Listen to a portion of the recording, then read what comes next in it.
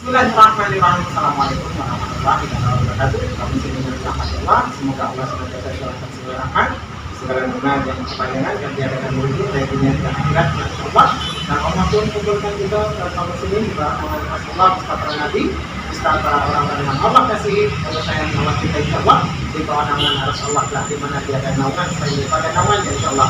Amin amin Allahumma amin. Kaum muslimin, hari ini saya akan mengulas video di mana Bang Agustan dan Bumi siapa lupa namanya dan ustadz-ustadz yang lainnya menyatakan ketika mereka masih dalam keadaan kafir ya, mereka masih dalam keadaan menjadi seorang pendeta dan kini mendapatkan nikmat di mana beliau ini menemukan Islam sebagai jalan hidupnya dan kesejahteraan yang beliau rasakan begitu sangat nyata ketika mereka menemukan Islam sebagai jalan agamanya. Oke, demikian kaum muslimin, saya akan tampilkan videonya. Ini yang menjadi kebanggaan saya. Mengapa ketika saya berbicara Islam, saya selalu meledak-ledak? Kenapa ketika berbicara Islam, saya selalu penuh dengan giroh, penuh dengan semangat? Saya tidak pernah menemukan ini ketika saya berada di agama saya yang lama. Dan saya menemukan ini ketika hanya di dalam La ilaha illallah Muhammadar Rasulullah. Bahkan saya harus meninggalkan anak istri saya karena saya menemukan sesuatu yang hakiki, yang tidak dimiliki oleh agama manapun. Itu yang saya pegang. Ya, itu yang saya pegang. Dan itu menjadi kebanggaan saya. Makanya sering katakan, ya Allah kasih saya mati ketika saya berada di jalan jihadmu. Ya Allah kasih saya mati ketika saya berada di jalan jihadmu. Ya, artinya bukan mau ngebom, tidak ya. Tetapi giroh ini saya pegang gitu Pak Martin ya, maaf. Sekali lagi saya minta maaf, ini semangat saya. Itu ya, karena saya menemukan sesuatu yang prinsipil yang saya harus pegang sampai mati. Ya, karena sekali lagi saya melihat di dalam Islam tidak ada yang namanya retorika, hiperbola.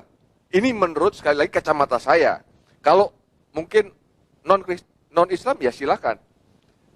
Kalau bicara bajingan, maling, ya Islam tetap ada. Kristen juga mungkin ada. Tetapi secara prinsip keimanan saya lihat paling idealis. Ya. Karena apa? Orang akan mengingat setiap perbuatannya karena tidak pernah merasa ditebus. Nah, saya melihat konsep ini terjadi dan Allah perlihatkan mulai saya jadi pendeta sampai ke sini-sini ini kok. Itu tadi ya. Mungkin ketika orang ditebus dan diubahkan oleh Yesus yang seperti dikatakan Pak Hade itu yes oke. Tetapi yang menjadi persoalan ada bagian-bagian dan banyak ini sekali lagi kacamata pribadi saya. Ya. Yang tidak termanifestasi dengan itu. Ya. Sehingga ketika merasa dijamin, ya orang sakara PDW. Seenaknya sendiri. Nah, itu yang saya lihat dari mulai tataran ke pemimpin sampai ke hal yang ke bawah. Bahkan orang yang di sebelah saya. Itu ya. Saya tahun 2012 udah saya mau KO dia.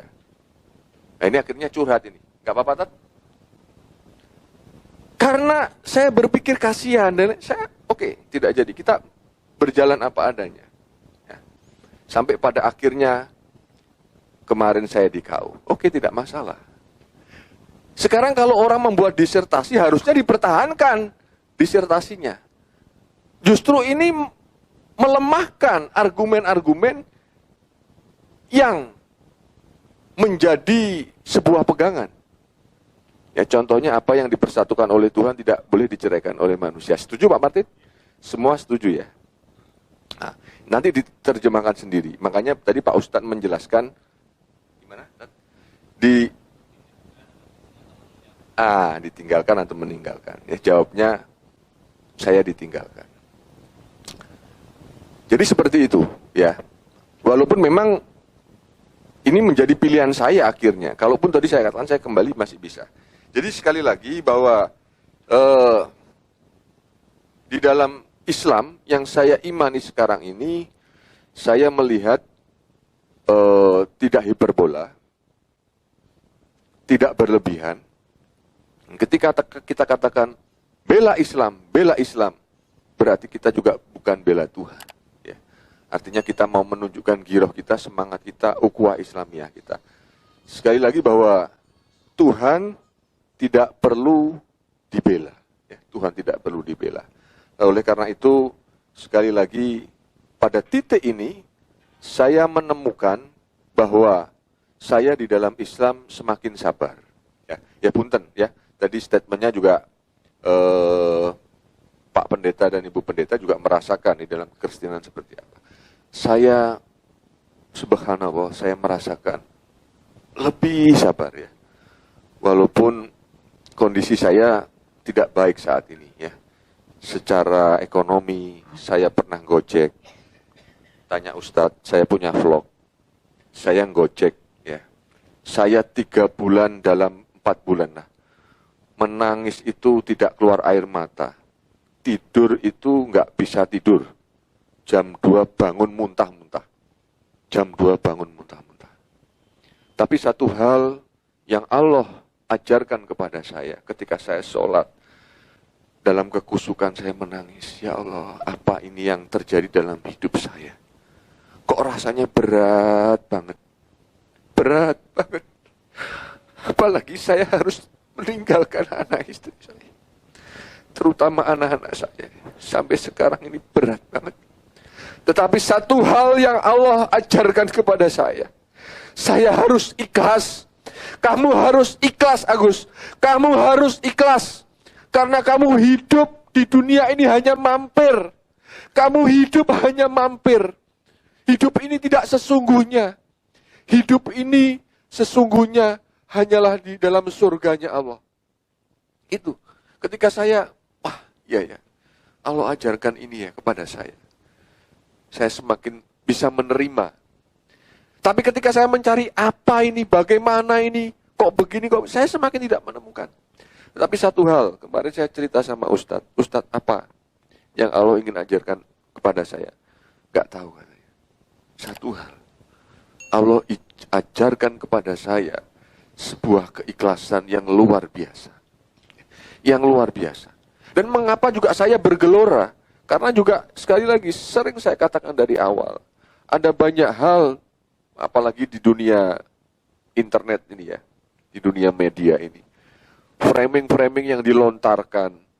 Sekali lagi saya masuk Islam bukan dengan sekonyong-konyong koder. Saya riset, ya, apakah orang Islam ini, tukang kawin, ya kan? Saya hitung perceraian dibagi jumlah penduduk, ya, dikali 100, itu kan persentase. Ternyata sekitar 2-3%. Nah, itu pun perceraian yang disebabkan bukan karena poligami. Ya. Lalu berkaitan dengan teroris dan lain sebagainya yang mengatasnamakan Islam. Kami sebut mengatasnamakan, itu pribadi saya.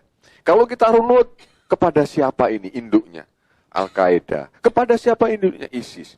Dan siapa ini mereka? Ya, nah, ini yang menguatkan saya. Menguatkan saya. Sekali lagi, saya minta maaf kepada Pendeta Martin, ya, Ibu Dona dan Pendeta Kohendri ya.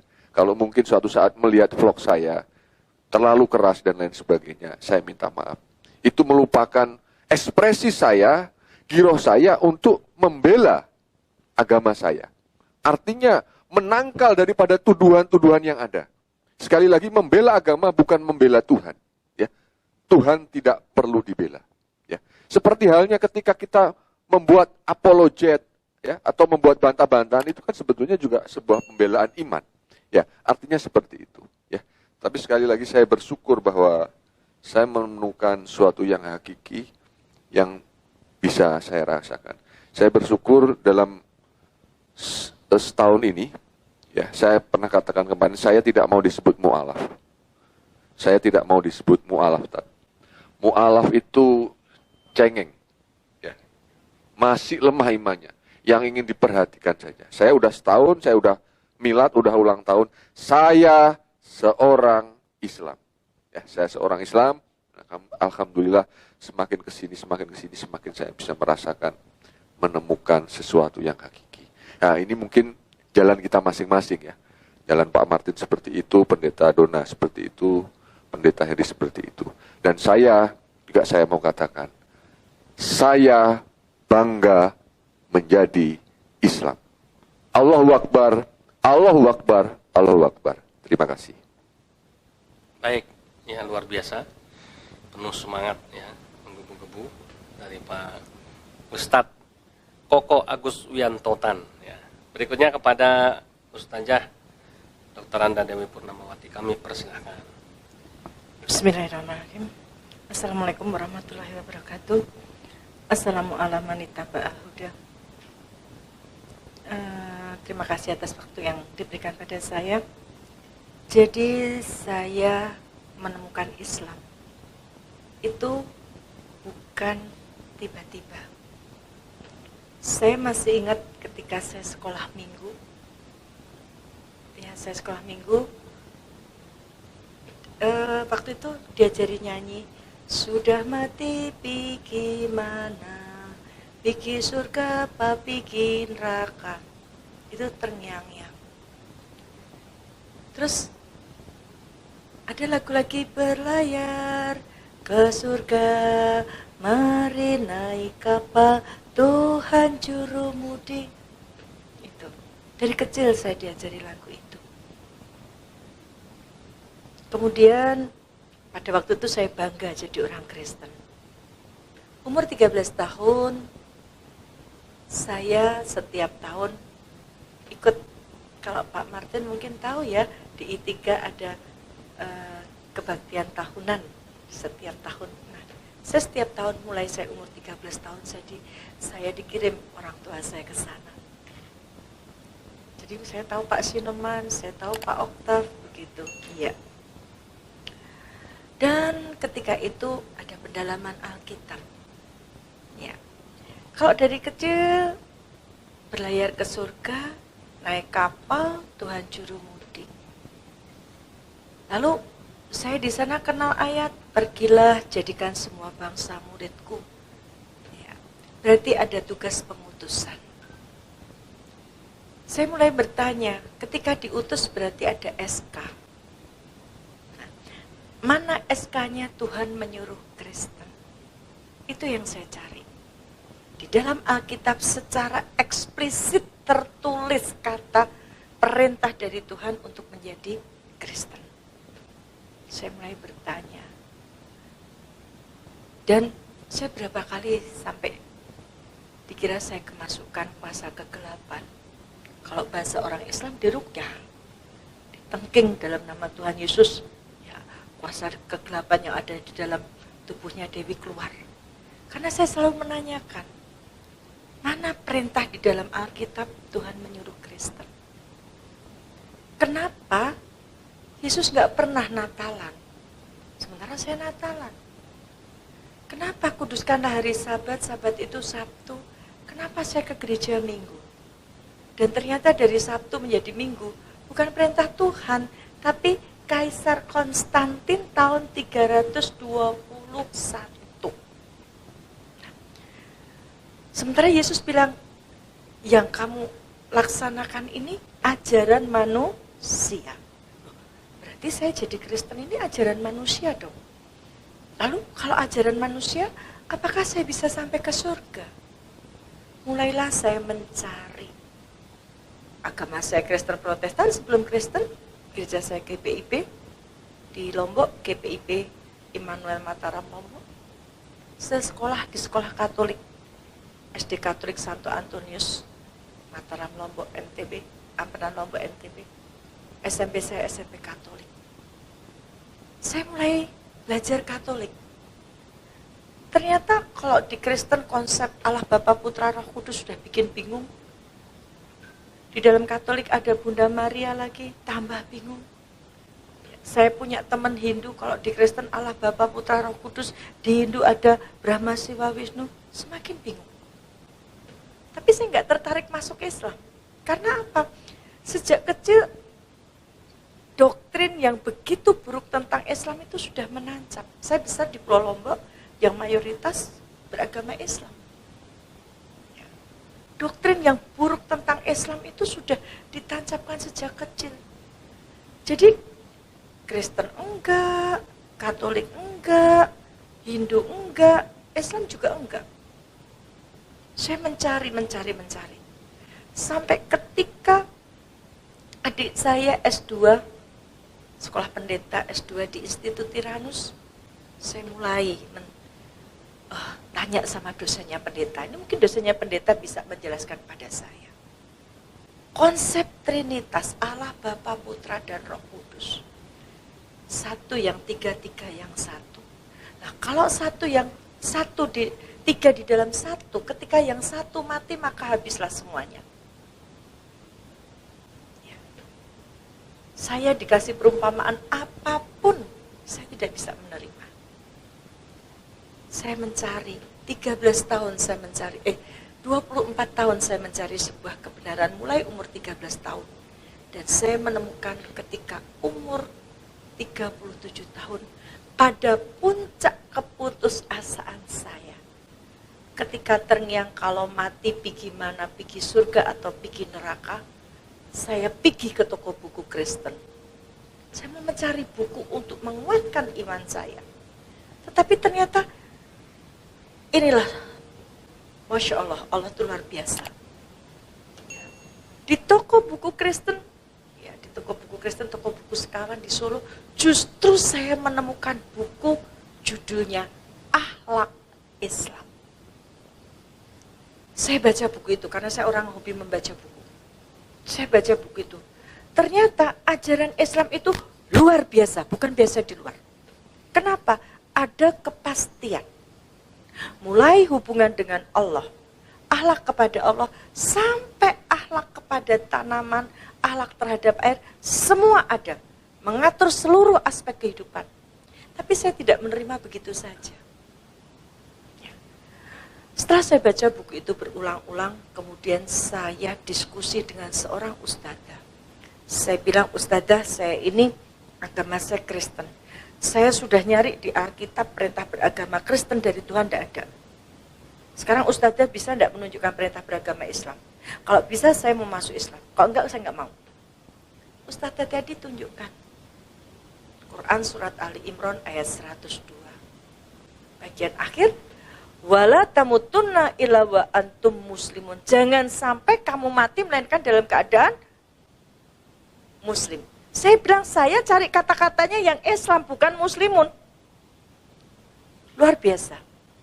Ustadzah tadi dengan sabarnya menyampaikan pada saya.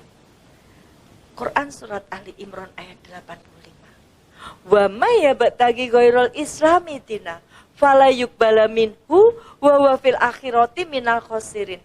Barang siapa mencari agama selain Islam, kata Islam secara eksplisit disebutkan. Sekali-kali tidak diterima darinya. Tidak diterima berarti ditolak. Dan di akhirnya dia termasuk orang rugi. Saya masih bertanya lagi, kenapa selain Islam ditolak Allah? Jawabnya, inna dina indallahil Islam. Indallah. Artinya apa? Milik Allah. Itu Islam. Jadi milik Allah adalah Islam. Maka saya kemudian masih ditambah lagi di dalam Quran surat Al-Maidah ayat 3 Allah berfirman, waraditu lakumul islamadina, dan telah kuridhoi Islam jadi agamamu. Maka ketika itu saya menyerah. Setelah 24 tahun saya mencari sebuah kebenaran, saya menyerah. One way, satu jalan menuju ke surga hanya dengan Islam. Maka ketika saya sudah menemukan jalan di dalam Islam tadi, seperti Ko Henry, moto hidup saya, siap berjuang dan mati untuk Islam. Kenapa? Kalau pemain sepak bola, bonek dari Surabaya, mati sangit bahasa Jawanya, mati membela bola saja, dilakoni. Tapi kenapa saya mati syahid di dalam Islam? Kenapa tidak? Dan saya menjadi Islam, saya sudah berbuat, ya, saya sudah mencintai Allah melebihi apapun. Melebihi cinta saya terhadap harta saya, melebihi cinta saya terhadap keluarga besar saya. Karena apa? Saya sudah dapat jaminan surga dari Allah dan itu real. Maka saya tidak takut mati. Maka jawabannya, ya sudah mati pergi mata, pergi surga atau pergi neraka. Saya bilang pergi surga. Kenapa? Karena Allah yang menjamin. Tinggal saya sekarang, tugas saya adalah melaksanakan Islam ini secara kafah. Dan yang kedua adalah di dalam Quran surat At-Tahrim ayat 6. Ya ayyuhalladzina amanuku anfusakum wa ahlikum nara. Orang-orang beriman, jagalah dirimu dan keluargamu dari api neraka. Ya. Jadi, kalau saya berdakwah dalam rangka, yang pertama kalau saya sudah menemukan kebenaran dalam Islam, ya, maka tugas berikutnya, jagalah dirimu dan keluargamu. Maka saya punya tugas untuk menjaga keluarga dalam hal ini. Keluarga saya adalah saudara-saudara saya Muslim. Maka tolong Bapak Ibu, ya, sampaikan kepada teman-teman pendeta, teman-teman penginjil, jangan seret keluarga saya. Mereka yang masih lemah imannya, biarlah mereka belajar Islam tanpa dipengaruhi beras, supermi, suparmi maupun suparman. Mari kita berjalan di rel masing-masing kita. Lakum dinukum waliyadin. Mari kita jujur di dalam kita melaksanakan agama kita. Jangan ada dusta di antara kita. Terima kasih atas kesempatannya. Kita berbeda agama bisa tetap rukun. Karena kita berjalan di rel kita masing-masing. Assalamualaikum warahmatullahi wabarakatuh. Waalaikumsalam warahmatullahi wabarakatuh. Terima kasih kepada Ustazah Dewi Purnamawati. Saya tidak menambahkan ya, karena kan saya moderatornya sekarang. Jadi sudah cukup ya, yang disampaikan oleh beliau berdua. Jadi begini Bapak-Bapak Ibu-Ibu ya, memang PR kita banyak ya, berat PR kita ini, tantangan ya. Karena memang terkadang justru kalau kerukunan antar umat beragama digalakkan, kemudian mulai sekarang itu mulai digembar-gemborkan ya, positif, betul positif sekali. Dan saya pikir kalau bagi kami internal umat Islam ini cukup berhasil. Kenapa? Karena banyak ya orang-orang Islam yang dengan mudah sekali ditarik ya, diajak, bukan untuk jadi Kristen, bukan, tapi untuk menciptakan kerukunan. Ya, cuma memang mohon maaf, terkadang tadi ada yang kebablasan dengan alasan kita ini harus mengembangkan toleransi antar umat beragama, kan begitu ya. Cuma tadi, makanya kemarin terima kasih dalam dialog kita sudah pertegas mana yang disebut toleransi, mana yang disebut kebablasan, kan gitu ya. Jadi terkadang umat Islam sendiri dengan mudah dengan iming-iming toleransi antar umat beragama, justru malah kebablasan gitu ya. Malah orang Natalan dia ikut Natalan ya. Kadang-kadang nggak salah juga, nggak semuanya salah gereja juga. Kadang-kadang ada memang orang Islam yang nggak diundang pun dia datang dengan alasan saya mau menunjukkan saya ini adalah umat Islam yang paling toleransi. Ya, ini kadang-kadang konyol gitu ya. Sehingga kenapa saya sampaikan ini memang itu tadi. Kalau hanya untuk menciptakan toleransi semu, toleransi palsu, saya pikir di luar sana tayangan-tayangan itu sudah cukup berhasil ya, cukup banyak. Hanya memang terkadang PR-nya justru ya di kami maupun mungkin di Kristen itu sendiri.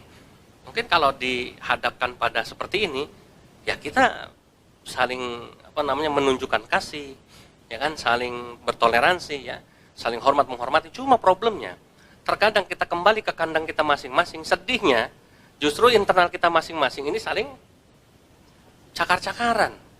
Ya, saling menjatuhkan kan ya, saling fitnah, saling sikut kiri, sikut kanan, rebutan mimbar dan lain sebagainya kan ya. Kan begitu ya. Rebutan apa namanya pansos ya dan lain sebagainya. Ini yang kita sedih. Inilah tantangan kita.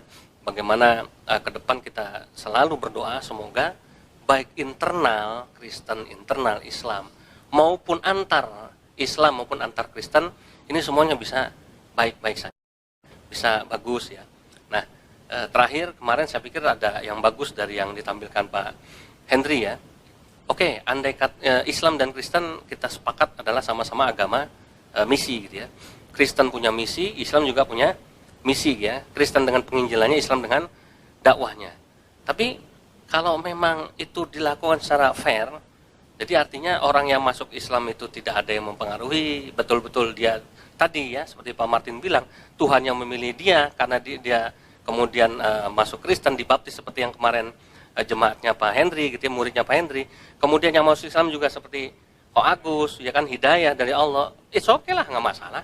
Ya, kita juga nggak akan mempermasalahkan itu. Mau gimana lagi, orang itu sudah pilihan dia ya. Nah, memang apa namanya terkadang yang terjadi konflik adalah manakala hidayah itu atau apa namanya yang semestinya itu adalah pilihan Tuhan ini dipaksakan gitu ya.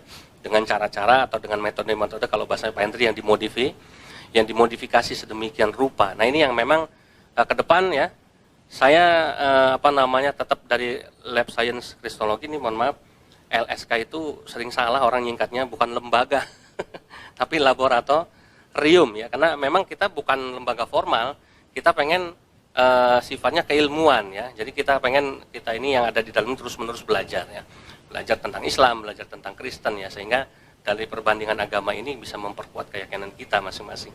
Nah, jadi dari Laboratorium Sains Kristologi sebetulnya banyak hal yang kami tertarik untuk kami lakukan. Seperti kemarin saya bincang-bincang dengan Pendeta Henry Tan, bisa nggak satu saat penatua saksi Yehova atau mungkin pejabat ya organisasi mereka dihadirkan biar kita konfirmasi langsung kan begitu ya tentang kegiatan-kegiatan pengabaran kalau mereka penyiaran ya. Jadi kalau mereka itu penginjilnya disebut penyiar bukan penginjil ya kan. Kemudian apa namanya kegiatannya disebut pengabaran gitu ya. Pak Henry pernah jadi saksi Yehova tahu itu ya. Kemudian yang satu lagi mungkin dari MUKI atau dari PGI gitu ya. Sehingga kita bisa apa namanya itu dialognya 3 arah gitu ya, lebih menarik. Supaya saksi Yehova juga bisa merubah caranya gitu ya. Jangan sampai nanti gara-gara perilaku mereka yang disalahkan